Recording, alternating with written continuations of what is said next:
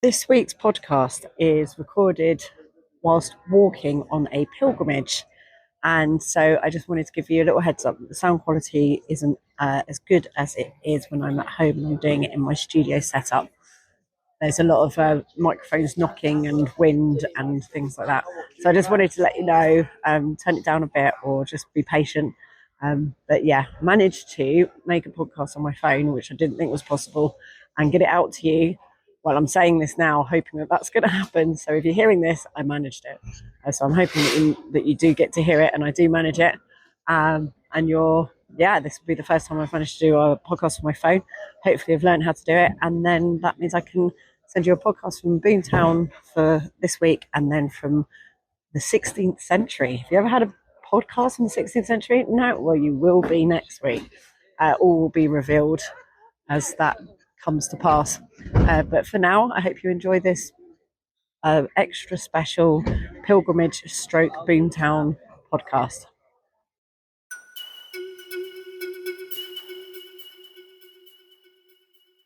Welcome to this week's Nonsense in the Chaos, which comes from the Elen line, which I'm walking with a group of priestesses and a few friends from the Isle of Wight along the Elen energy line, which runs along a ley line called the Spine of Albion, with its sort of partner line, which is Belinus. I call it Belinus. Some people pronounce it Belinus.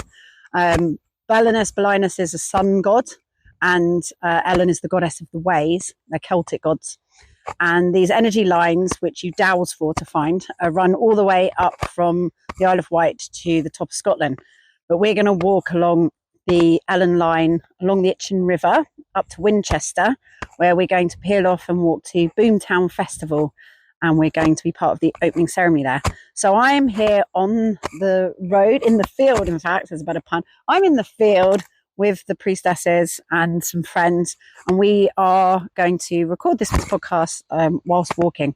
And I've just been at an opening ceremony with the druids of the Isle of Wight. One of my favourite sentences that anyone's ever said to me was when I was planning the pilgrimage that I led to COP26 in 2021. A friend of mine, Ben Christie, was helping organise it. And he said, do you want me to activate the druids in the Isle of Wight? And I was like, yes, activate the druids in the Isle of Wight. And it was the best thing ever. So those druids that got activated are still activated now, and I'm friends with them. And we just met at the Devil's Punch Bowl, which is where the Elen and Belinus line first cross after coming in from the sea. And the places where they cross are called node points. And there's always a sacred site or something on each of the node points. So this node point has a burial mound, and it's known now as the Devil's Punch Bowl, but it used to be it's where someone was buried, and it would have been their land, and they would have been an important person back in the Neolithic times. And we had a little sort of connecting with the lines moment there. And then we walked into the forest and went to a statue that was in memory of a girl called Camilla, who was raped and murdered in this forest glade. And it's weird because in terms of the Spine of Albion, it's right on what would have been the root chakra. It's the root chakra point of British Isles. That's it, the British Isles, that's what I'm trying to think of. And just for that to be, the root chakra where all that energy, the Kundalini energy, comes up and goes all the way through to the top of Scotland, begins with this horrible tragedy happening on it, which is quite a profound thing. And what's very strange, and I don't know what the word is, mystical, I guess, is that this girl was drawn to this glade. It had pulled her there to sit and draw. And in her sketchbook, she'd drawn a picture of Artemis. And Artemis is the huntress goddess. She has antlers, and she is a goddess that chose not to have sex with men. And she was a midwife. And so she's very connected to the root chakra. She's in charge of her own pelvic bowl, and she helps deliver babies. And so she's very kind of connected to the root chakra. But also Elen, the goddess, who is much less well known, is also a horned goddess as well. She looks quite like Artemis, and actually Belenus is the sun god, like Apollo is. So Apollo and Artemis, brother and sister, and Artemis is born first, and then she turns around and delivers her brother, which is why she becomes a goddess of midwives. And Apollo is the sun god. So Belenus is the sun god. Elen is the goddess of the ways. They're not actually brother and sister, the Celtic gods, but she also has horns. So they're kind of similar. They're similar. They cover similar things. And so this girl was drawn to this place where this line was named after Elen, the goddess, and she draws Artemis, who's like the Greek equivalent. And in memory of her, someone carved the statue of Artemis into a tree trunk. And this statue is there now, and that's where we went and held our full-blown ceremony, beginning the work of walking to Boomtown. And we're going to wander our way up to the Boomtown Festival.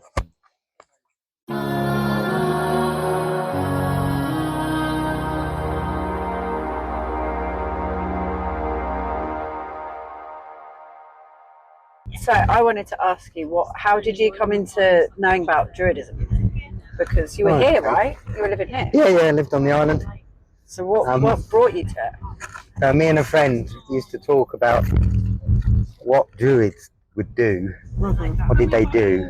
And we used to wander around the countryside, like learn about the plants and where are the tides and the moon and when it's summer solstice and doing all that.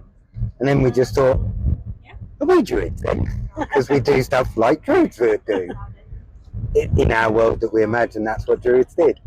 Amazing. And then I thought, well, if that's the case, I better go and find out what a druid is. What they actually do. And what they do. And I used to say to people, like they say, you're a druid. And I thought, well, I don't know. I wouldn't call myself a druid. Yeah. Do you think I'm a druid? Yeah. Well, yeah, you do things like a druid would do. Well, then I'm a druid then. Yeah. But I would never I didn't like to give myself, I don't even now like to give myself that title. Yeah. Because I don't. I'm me and I do my thing. Like I was at Glastonbury this year, and I saw Chris Parks, who I absolutely love and adore. He's the bee shaman he came to Dragon Hill when he had the I know him. I know of him. He's a wonderful human, and he's so brilliant.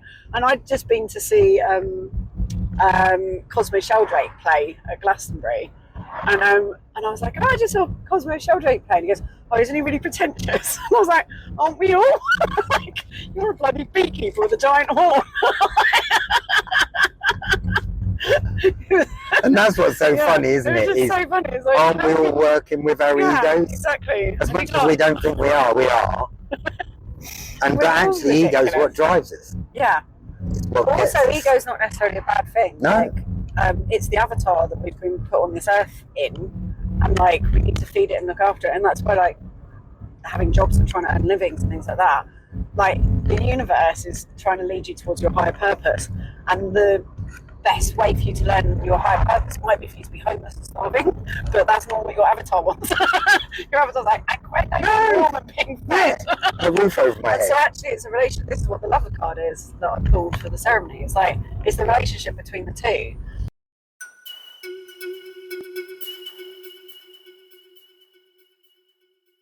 How did you, right, so you met at Greenbelt? Yeah. And that's the link. Festival. But the thing is, like, literally, he's connected to so many different parts of my life Yeah. that it just felt like all I had to do was like enter the Christian dimension in order to find him. Oh. Like, we lived super close to each other.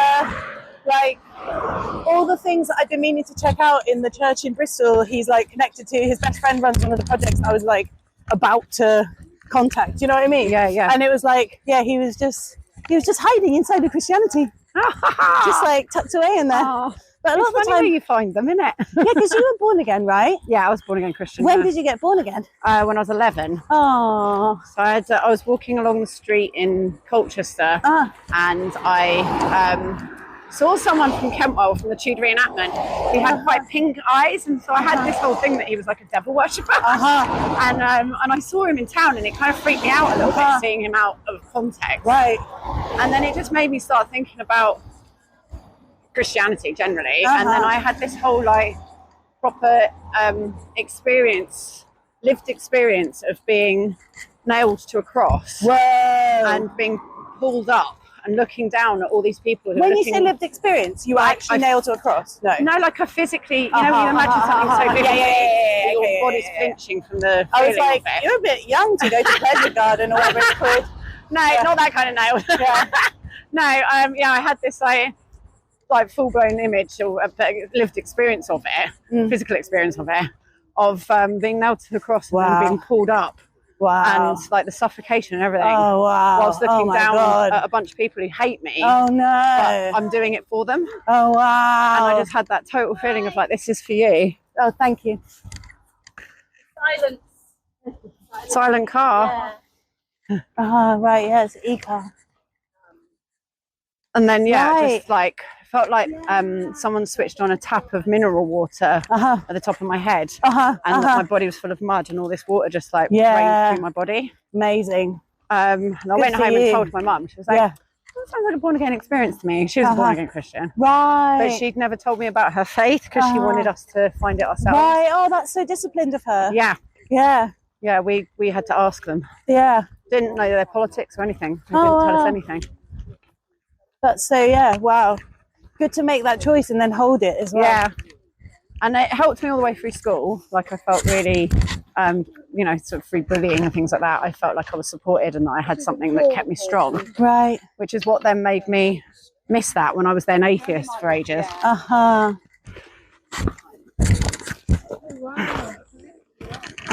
There we go.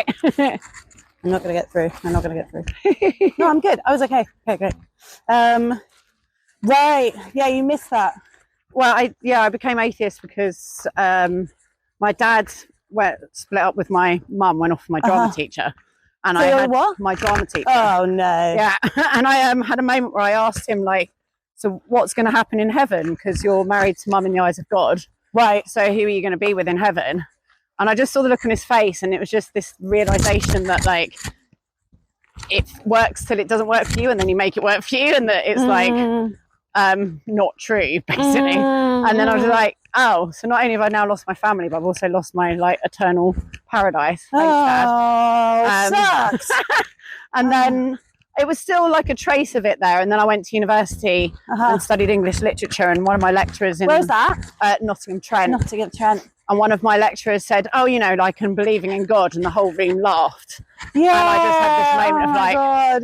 do you know what, fuck this. And then I became a full-blown feminist and was like absolutely anti-Christianity with a fervour. Yeah. And was a punk, and I moved to Berlin and lived in squats in Berlin and was just like, fuck the patriarchy, and just was like angry. Because also it stopped me from being able to have sex as well. Like when I first lost my virginity, I felt like this CCTV camera God was watching me. Oh no. And so all of that, I then had a massive sexual revolution and was like, I'm gonna fuck everyone and everything.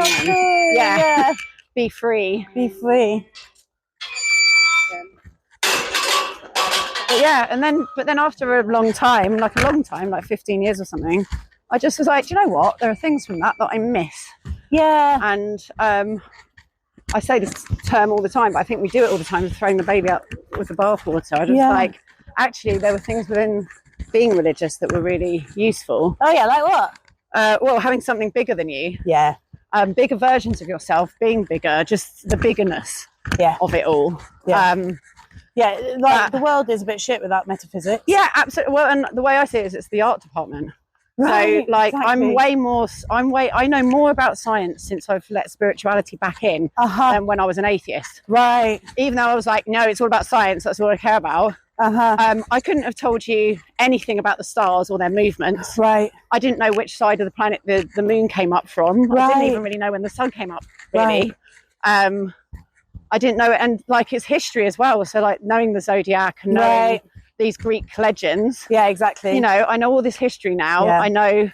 I know the movement of the planets to the point where I can be an astro guide at the local observatory. Right. Which is me being like the most scientific I've ever been. Right. So, let me be a scientist who shows you science things. How lovely. And I can only do that because I've got into astrology. Right. Exactly. It's the stories. Yeah, exactly. Like people are like, is that different from astronomy? I'm like, yeah, it's different. Astronomy is really dry. Yeah. And it's really hard to remember. There's no fun stories in it. Yeah. If you want to remember astronomy, you need astrology. Yeah. It's the story of the astronomy. It's the art department of astronomy. Yeah. Yeah, and with like botany and, You know, I didn't know the names of the plants. I didn't know. I remember going through Epping Forest with my mum a little while ago, about 5 or 6 years. Well, no, you know, with COVID, it messes things up a bit. Maybe 8 years ago. Right.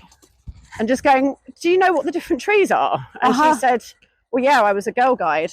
Right. And then I was like, oh, God, I actually have no idea. I know oaks. Yeah. And then I was like, what's that? Yeah. She was like, that's a beach. I was like, I have no idea what that. I'd never what it does, that. what it means. Yeah. And then off the back of that, I then learned all the plants, learned all the trees. And my brain was just like a sponge for learning all this information. I was just like, wow. Oh, so lovely. Gobble it, gobble, gobble, gobble. Delicious info. Yeah, and the mushrooms. So I started taking mushrooms. The opening. Daily. Yes. Yeah. Yes. And then that made my brain into a sponge for nature, it seemed. Right. And then it's hard to like deny something called God in the midst of all of that because it's just too bloody lovely. Yeah, but this is what the Christian thing is. And this is what we were talking yesterday. Yeah. My feeling now about Christianity is that science and spirituality it is the art department. Yes. Until you take that metaphysical thing and you go, it's no longer about the earth. In fact, we're going to burn you if you care about the earth. We're now going to chuck it over there. Yeah. And now we're going to believe in a bunch of stuff that is completely nothing to do with the earth. And if you like the earth, we're going to burn you. And then you look at the situation we're in and the environmental collapse we're in. And for me, I'm like, it's not just the fact that you burnt us all and did all these awful things, but also you completely separated us from the land. And that's the bit that I'm kind of most angry about. Right, exactly. They severed the people of this place from the land. Exactly. But that needs to be I'm 100% with you. I am 100% with you. Like, there's so much of Christianity which is like in that old paradigm of like head separate from heart, and feeling, denying the body, denying the feminine, all that shite. And like, I hope this isn't coming across defensive, but it's just more like, on that point, if I could respond straight away, is that okay? Yeah, absolutely. Great, thank you. That like, for my own, like through my own practices and pathways, like I got to the point where I guess like I've been doing sort of various things like ministry and priesting and godding and like stuff to do with institutional religion and also Abrahamism and also monotheism and also like the female lineages in that. And it's not that I want Christianity to do a thing. I'm going to be really straight with you because it's like, sometimes I say it and I realize how audacious it is and how absurd, but it also like, I'm at this age where it's like, no one else is going to do this. What am I waiting for? Use the imagination and be as audacious as you want. That's the thing that I think we should be doing. So basically like Christianity as a thing has some helpful, applicable concepts. And there is definitely a part of me that believes that it is like, there's real use inside of some of the stories and the teachings at this time. But the truth is that I want to liberate those resources from the ancient institution that has like all this like doctrinal bullshit going on for the goodness and the benefit of like us and the Holy Spirit and God that is actually alive. Yeah. And trying to do that with Islam is extremely hard because the patriarchy is a complete fucking dick. Trying to do that with Judaism is just like nonsense because they're so liberated in themselves and they're very like tightly brought together. Yeah. Whereas Christianity, but specifically the Church of England in this country right now, has a lot of openings because it's kind of on its knees. Right. And as a witch, I just feel this like great purpose to like, I don't know, like go ahead in front of my people and like do this negotiation. Yeah. Like I've got the stomach for Abrahamism. I can deal with it. It doesn't, it's like sometimes I feel a bit like suppressed or like there's no one who gets me. Yeah. But my partner gets what I'm doing, which is amazing. And I've got enough friends who I can like check in and tune in with about the mission. And the people who I'm working with are very aware of my mission, like the dean and the canon missioner and stuff like this, that it's like, that it's about opening up resources much more than like opening up the resource so that we can have the conversations in the places where the conversations are meant to be had. Yes. Like rather than like the witches rising, killing off the church, which is like, I had to like be straight with them. I was like, you know that there are a lot of spells against you, right? Yeah. Like this stuff isn't like child's play. You're very aware. Like they're seeking your downfall, and unless you adjust, that will come because look what's happening in the world. Like perhaps Jesus is moving with them because the church hasn't actually held itself accountable for the oppressions and the injustice that has been done in Jesus' name. Yeah, totally. And So I'm not like the doctrines of forgiveness, the relationship between the cycle of like transcendence and resurrection that is connected to the new science of water. Yeah. There's like the humanness of the teachings of Jesus, especially the ministry of the women and totally. Jesus is in my pantheon. Right, Like, exactly. He was my first access to the divine. Exactly. You know, exactly. He's my homeboy. You had this super powerful experience, so yeah. And I still think of myself as a born again Christian. Right. I'm not a born again Christian anymore. Right. I renounced Christianity. Right. But like that born again, I still ask Jesus into my heart. And he's still got a, he's still a vibe. Yeah. He's still and there. I believe that if the stories are strong enough, they will live on through transformations of like who holds it and how it's held. And it's been the thing when we've been walking the pilgrimages of like the amount of people doing beautiful things for us. And people who are, my mum's a Christian, right. and our faiths align completely. Yeah. She doesn't think God's going to come down, or Jesus will be coming down to hang out in a church. He will be coming and being in the fields. And she was part of a group called the Christian Crusaders, and they used to sit and read the Bible outside in the field. Right. And would sit and discuss what they thought it meant. Lovely. And, it's... I like when we went on the pilgrimage on the Michael and Mary line, and we went through... Chagford, their church allows pagan stuff to happen within it. What? Their church allows multi-faith pagan things to happen within it. So we performed George and the Dragon, and they were totally up for it. And they really openly supported it and come in. Yeah. This is the thing, is that there is this conception, and there's lots of parts of the conception that I think are fair, but there's bits that are missing, which is that the church like stole everything from the pagans and fuck them over. And there's definitely parts of that are true. There's also this period of time which like historians are writing more about in these like last few years, where a lot of the ways that the understandings of the pagans survive is through being recorded, through being brought into the church, into like the statue and into the buildings and stuff. And that it demonstrates that actually there was much more of a collaborative relationship than an acquisitional, like, combative one. It wasn't a straight line as well, was it? We didn't become Christian. Not at all, like the Celtic Christianity was like a hippie exactly, kind of Columbus and the Columba.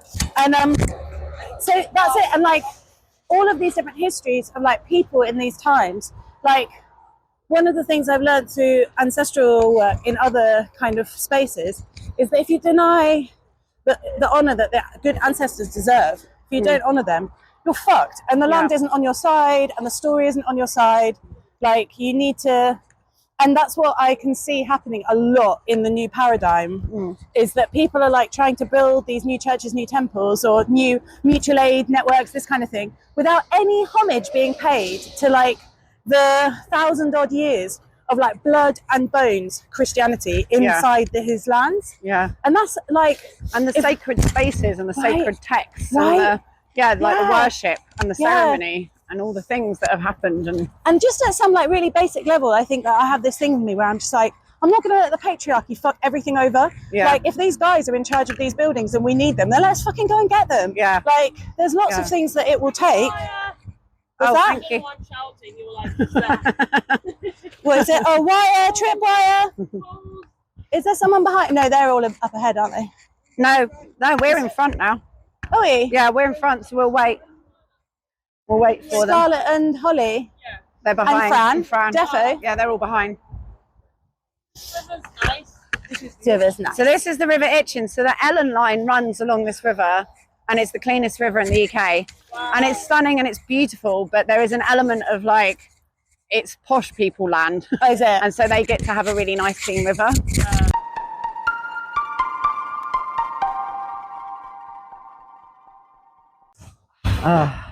Cool. Okay, so we have just finished the whole thing. It seems mental that we walked as well. Like, that feels like a million years ago. Yeah, so much happened. I mean, time on pilgrimage is always so elongated. You have a really, really full sensory experience every single day. And in 3 days, we managed to have like an actual full pilgrimage. Like, I thought that it was going to feel like nothing because we used to walking 500 miles and for 7 weeks. But in 3 days, we had all the drama, faff, tiredness, illness. But the full pilgrimage we literally experience. had the full experience. magic. Oh, so magical. Like that lady inviting us to come and stay at her house. That was incredible. Yeah, I can't believe that SJ. happened. Shout out to SJ. Yes. She's an absolute legend. She was so kind to us. We were sort of sniffing around looking for somewhere to sleep, and we'd been looking in the woods, and it was funny because Sally said, "Oh, why don't we go and check the meadow again?" And I was a little bit hesitant because I'd already had a look, but then I was like, why not? We may as well. And because of that precise timing, we precisely came upon SJ and Sasha, her lovely dog, at that exact moment. Yeah, and she loved the statue. Yeah, and she just started chatting. Like, what are you doing? Yeah, we did. We just started chatting, and he was just like, "We're the priestesses of Boomtown." She's like, "Oh right, yeah, no." And then she just said, "Well, wait, were you the same?" I said, "Oh, not too sure."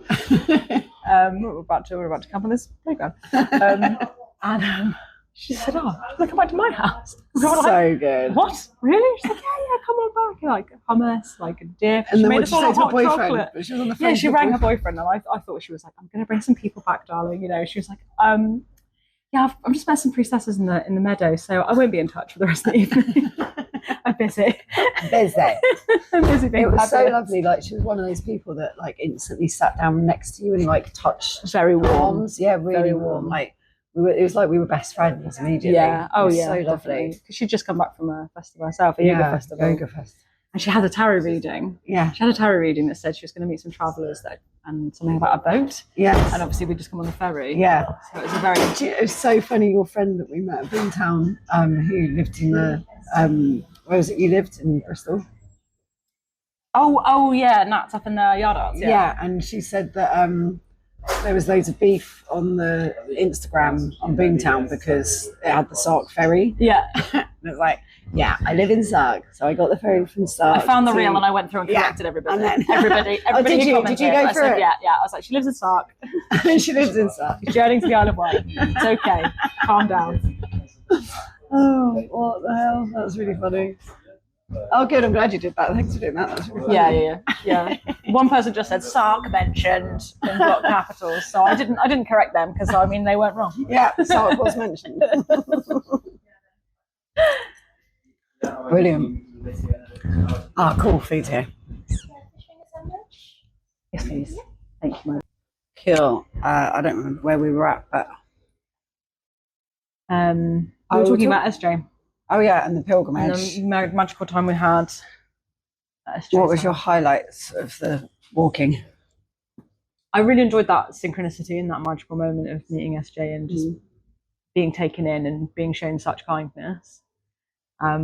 Those magical moments, I really adore. That's really what it's all about for me. It's the connections we make with the people we meet along the way, and also the beauty of nature and just walking through those nature reserves and those lovely paths where the trees kind of enclose and make a corridor. You just walk through and it's like being in the Shire. And just the Itchen River is just it's stunning. It's like beautiful with the weeds waving and getting to Declan. swim in it. Yes, of course. The druids on the Isle of Wight. Again, that human connection. Always looking after us, holding that space for us, just being so incredibly giving and generous of their time and knowledge. And They're so generous and kind. they And really it's are. such a We are lovely- spoilt rotten. Lovely thing to have such lovely friends. Yeah. Such beautiful beings. Yeah, absolutely. And it was nice to meet Declan on the other end of the field when we came into Winchester. We got to meet his son as well. Yeah. Oh yeah. So a highlight for Boomtown was, I think, having a special ceremony with Inja. Yes, that was a And magical him moment. coming in with the lads. Yes. All knew who he was. Yeah. And I totally idolised him. And for us to be in that amazing space together and to hold that space where these men could be vulnerable with their hero. Yeah. And for them all to He be led the so way, vulnerable. didn't he? Yeah, He was really way. open about. He pulled the sorrow card from the tarot deck, and he said it's something that he keeps inside himself because of what he does. He's always giving out positivity, and he's always having to be on. So he doesn't ever share that sorrow with many people. But he shared it in ceremony with us with those young lads. Yeah, Indra is a really beautiful being. It's so nice doing that in ceremony. Yeah, I was on the other stage on Grand Central. Yeah, who were the singers there? Did you get to know them? No, we didn't get to have a chat. They were really busy, and they sort of came in and out. But I think they'd written a song specifically for Boomtown because the lyrics are specifically. Was it the imagination? Was it about the revolution of imagination? It was about transcend. Are you ready to transcend? Are you ready to transcend? Oh, right, it's a different song. Yeah, it was a different song, Cool. and we had an MC who spoke words about being present, and Cool. it was really powerful. It gave me goosebumps. It was an incredible ceremony. The choreography, Thomas, the choreographer, just did such an incredible job, and all of the dancers were just. They were just so crisp, clean, and the choreography was really interesting. It was very it's really, really unique style. Yeah. I blessed them. I blessed the cast and the crew with smoke before we went on stage, and they were really happy to be included in that. They asked me for it, so they didn't. They had no idea I was going to do it because you said to me that they should do it.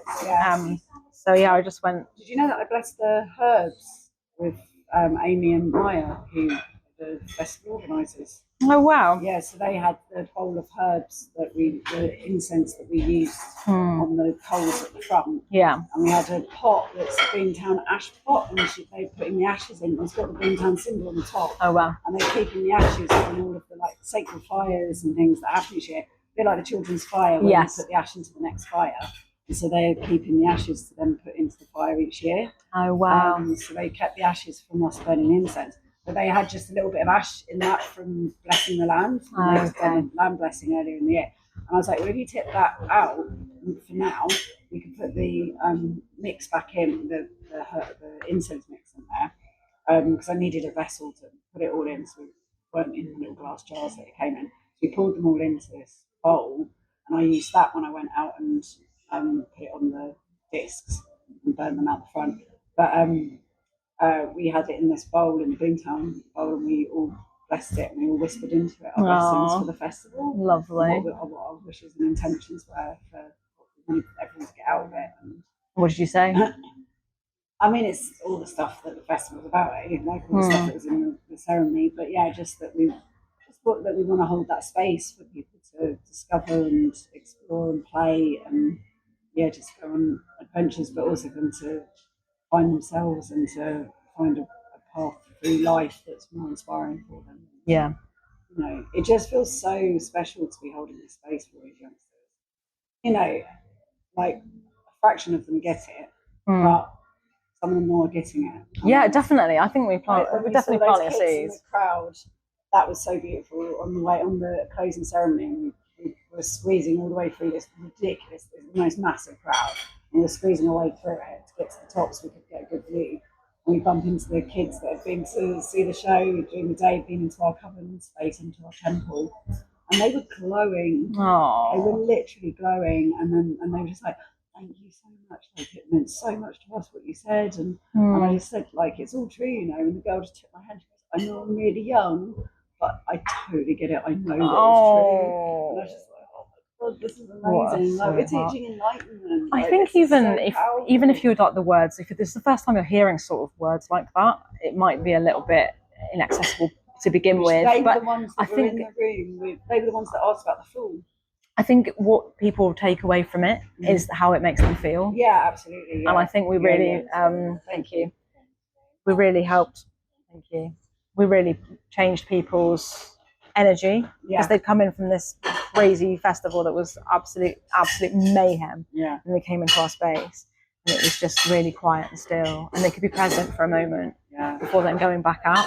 Doing a guided meditation while we were family, and it was boiling hot. And family, I think having that peace and quiet. Yeah, and I think that was people were connecting with the words as well, and that was fantastic. Yeah. But for people who weren't, there was a double element to it. Those ones were in that particular, because I'd say that was my favourite session other than the Inja session, was the one where there was, because those guys reviewers or something, they reviewed the game, is that right? There was some slightly older people and there was the younger people, and she then asked about the fool just as they were leaving. There was a symbol on their money, and she said, "What's the symbol?" And it was the fool in the tarot.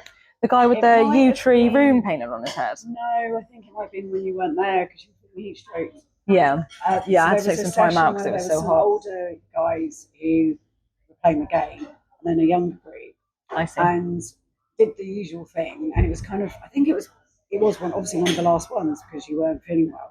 So it was one of the last ones, and so I was kind of did it, but a little bit quick because it was like, and now we can finish the day, and that'd be nice.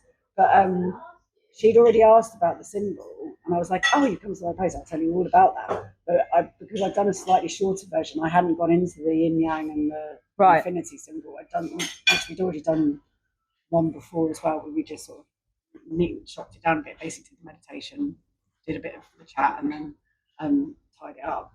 But as we were leaving, she was like, "Yeah, but what about the symbol?" And I was like, "Oh, okay, come back. We're going to do the full thing."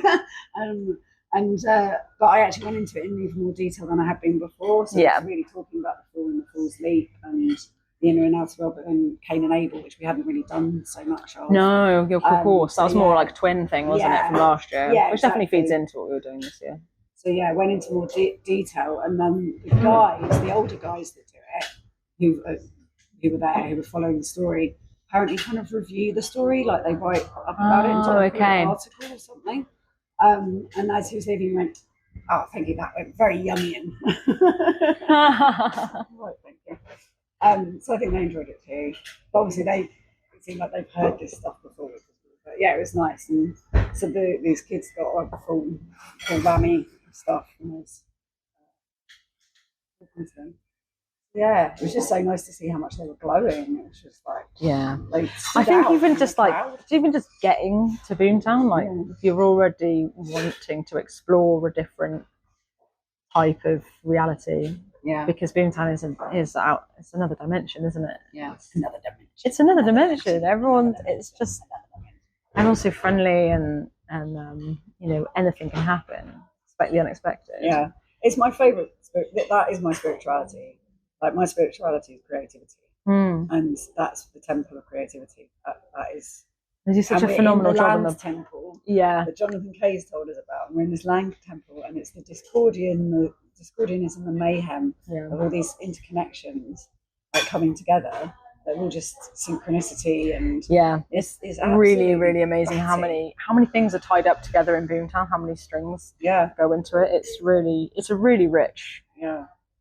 Incredibly and just rich tapestry. Suddenly happening, that like suddenly being on the box doing the chanting at the end in the rally, like, and that being completely unplanned, and then just being like, okay, off you go, making the crowd chant now. Okay, come on. It was really fun. People were like, "It's Iona." They thought I was Iona. Oh wow! Yeah, I could be Iona. If you want me to be Iona, I could be Iona. Anyone you want me to be? I'm part mushroom. It's really fun, and that is for spirituality. It's like that's it. Not be real. It's a game. It's a play. Yeah. Boomtown. Yeah, Boomtown's a play. Yeah, and life is too. Yeah. Great. Thank you very much. Thank you.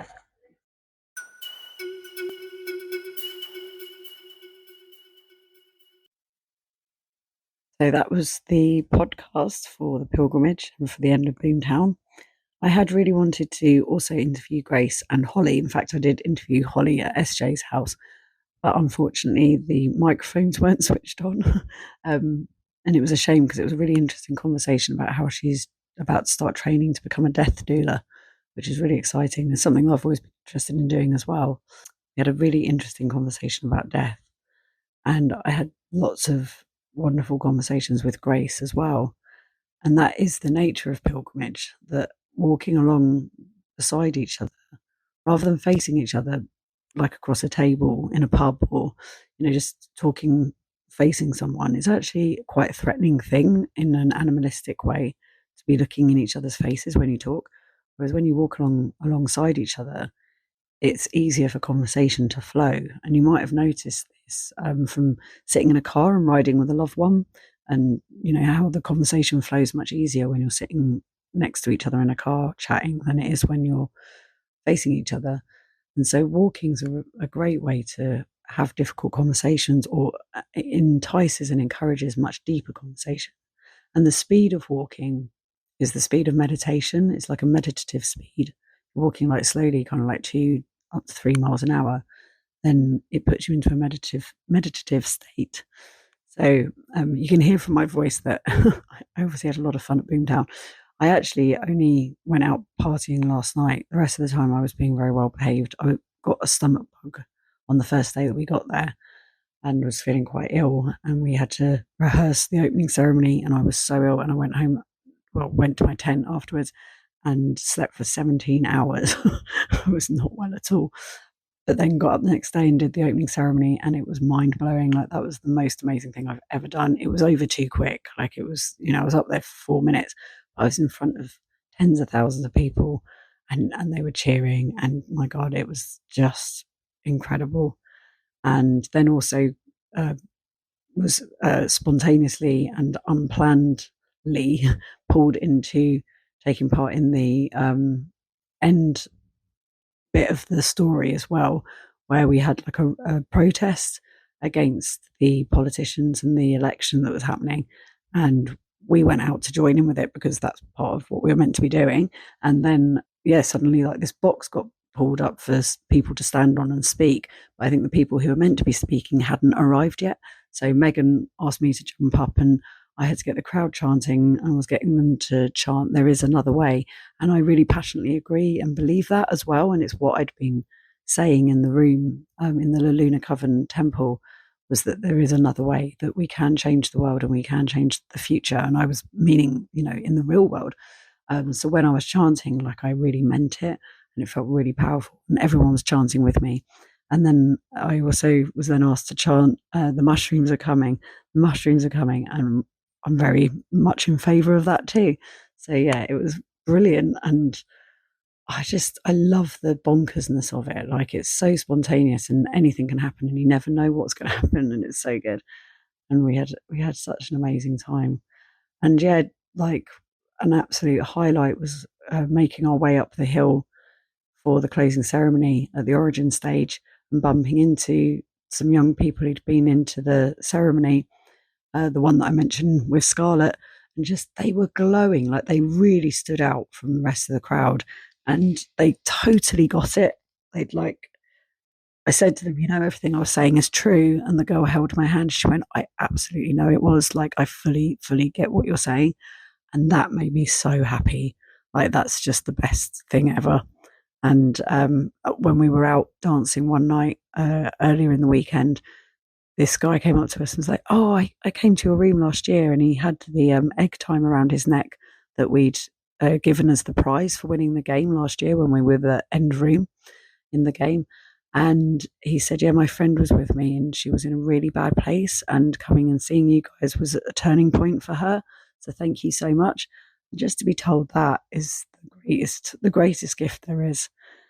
So we smashed it. It literally couldn't have gone better. What a wonderful, wonderful weekend. And I'm just in love with Boomtown. It is my temple. It is my spirituality. Like, creativity is my spirituality, and chaos and Discordianism. And Boomtown is all of that in one. And I describe Boomtown to people as the ravers, the old original ravers, now holding the rave for the next generation. And that's exactly what we're doing. We're holding it for them and trying to create the most incredible experience that we can come up with, and for it to be a safe space, and for it to be a transcendental, transformational, inspiring space that will guide them to the right path, and open them up to being enlightened beings. And it's an honor to be part of that process. And yeah, I was with Maya and Amy, who are two of the organisers of the festival, and we blessed the herbs before I burnt them at the opening ceremony. And we blessed them with all of these loving intentions for all the people there, and hope that they would have the most amazing time, and that it would be a life-changing experience for them. And that's how much love is going into it. There is so much intention going into what we're doing from people who are deeply spiritual. And that spirituality is coming from this place of creativity and nonsense and love. And I'm so honoured to be part of it all. So I hope you enjoyed this podcast. I'm sorry that the noise is pretty harsh at points, and I didn't get to interview all of the priestesses, but I very much intend to and will endeavour to chat to them all at some point. So you will hear from them one day. But yeah, I'm now off to the 16th century, which is rather exciting. So you're going to get a podcast next week from Kentwell Hall, which is the Tudor reenactment that I've been working at since I was 10 years old. And I'll be interviewing my friends and family who are there. So thank you for listening, and I will speak to you again next week. Sorry this was late as well. I will always try and get the podcast out on a Friday, but I literally had no internet once we got into Boomtown at all. So I couldn't get this up until I got back to my brother's house, which is where I am now. So thank you, and I will speak to you again next week.